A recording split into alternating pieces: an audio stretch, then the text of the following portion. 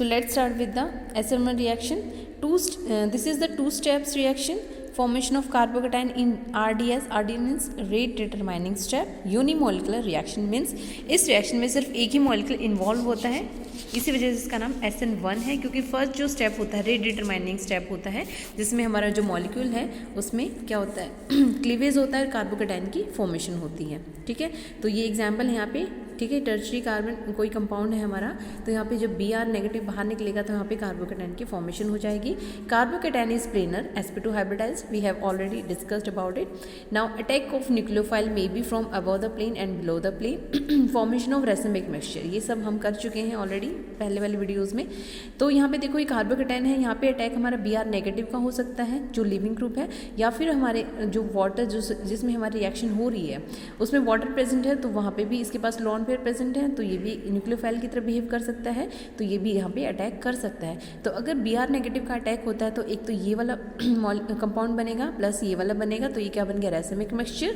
Similarly हमारा अगर water का अटैक होता है तो इस तरह का कोई कंपाउंड बनेगा, यहाँ से H+ जब निकलेगा तो यहाँ पे OH जो है वो एक बार यहाँ पे अटैच हो जाएगा, सेकेंड केस में यहाँ पे अटैच होगा, तो इसका भी क्या होगा रेसिमिक मिक्सचर बन सकता है। नाउ एलिमिनेशन रिएक्शन, इसमें क्या होता है कि जो बीटा कार्बन होता है वहाँ से सबसे पहले क्या होता है प्रोटॉन का लॉस होता है। तो देखो means after formation of carbocation, सबसे पहले क्या है कार्बोकेटाइन हमें बनाना है। कार्बोकेटाइन कैसे बनेगा, वहाँ से कोई लिविंग ग्रुप जब रिमूव हो जाएगा तो कार्बोकेटाइन बन जाता है। उसके बाद होती है एलिमिनेशन रिएक्शन, कैसे यहाँ से H+ जो है बीटा कार्बन से रिमूव हो जाता है। ठीक है, तो उसकी वजह से यहाँ पे फॉर्मेशन हो जाएगी एल्कीन की।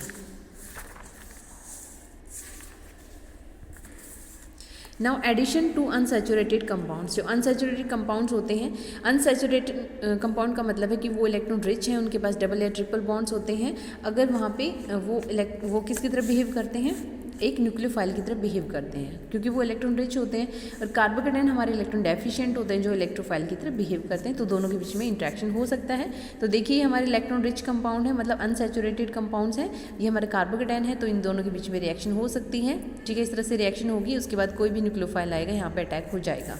सिमिलरली एक और पॉसिबिलिटी है कि जो कार्बोकेटाइन है जो हमारा सिंथेसाइज हुआ है वहाँ से H+ जो रिमूव हो जाता है, तो वहाँ पे हमारा इस तरह के एल्कीन की फॉर्मेशन हो जाती है।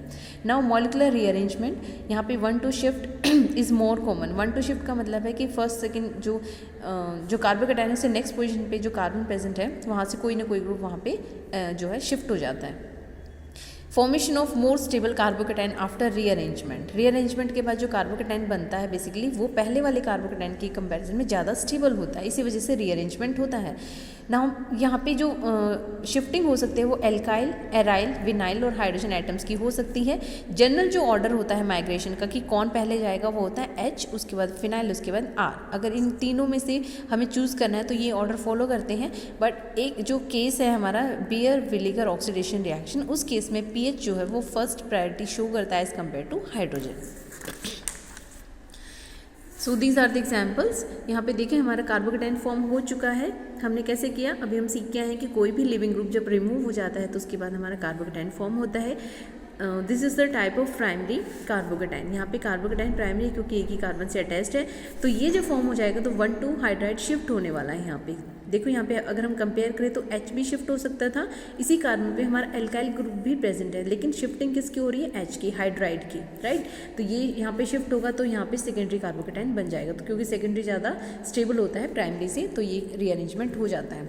इस केस में देखो कोई ऑप्शन ही नहीं है, सिर्फ R है, तो यहाँ पे R की ही ट्रांसफ़र होगा, 1-2 एल्काइल शिफ्ट होगा, तो यहाँ पे देखो पहले सेकेंडरी था फिर हमारा टर्शरी बन जाता है।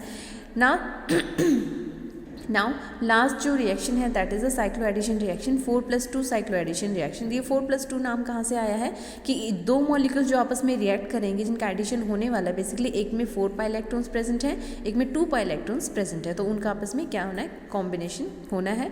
तो देखो यहाँ पे सबसे पहले स्टार्टिंग कैसे होगी, हमारा कोई कंपाउंड है, अनसैचुरेटेड कंपाउंड है, यहाँ पे लिविंग ग्रुप लगा हुआ है।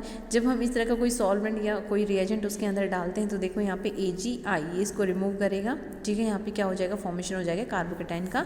ये जो कार्बोकेटाइन है ये है डाइइनोफाइल। डाइइनोफाइल का मतलब है जैसे न्यूक्लियोफाइल होता है, न्यूक्लियस लविंग होता है, इलेक्ट्रोफाइल होता है, इलेक्ट्रॉन लविंग होता है। यहाँ पे डाइइनोफाइल का मतलब है डाई इन लविंग, मतलब जिसको डाई इन चाहिए, मतलब ये वाला जो स्पीशीज है ये किसके ऊपर अटैक करेगा, डाई इन के ऊपर।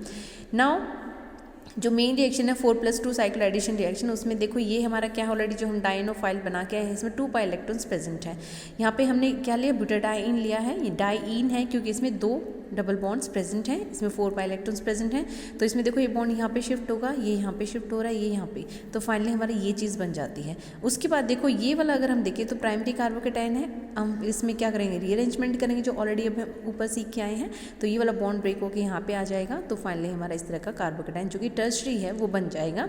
उसके बाद यहाँ से इसको हम स्टेबल करना चाहें या इसको न्यूट्रल करना चाहें तो यहाँ से H+ रिमूव हो जाएगा and there is formation of double bond. Okay, so this is all about the carbocation.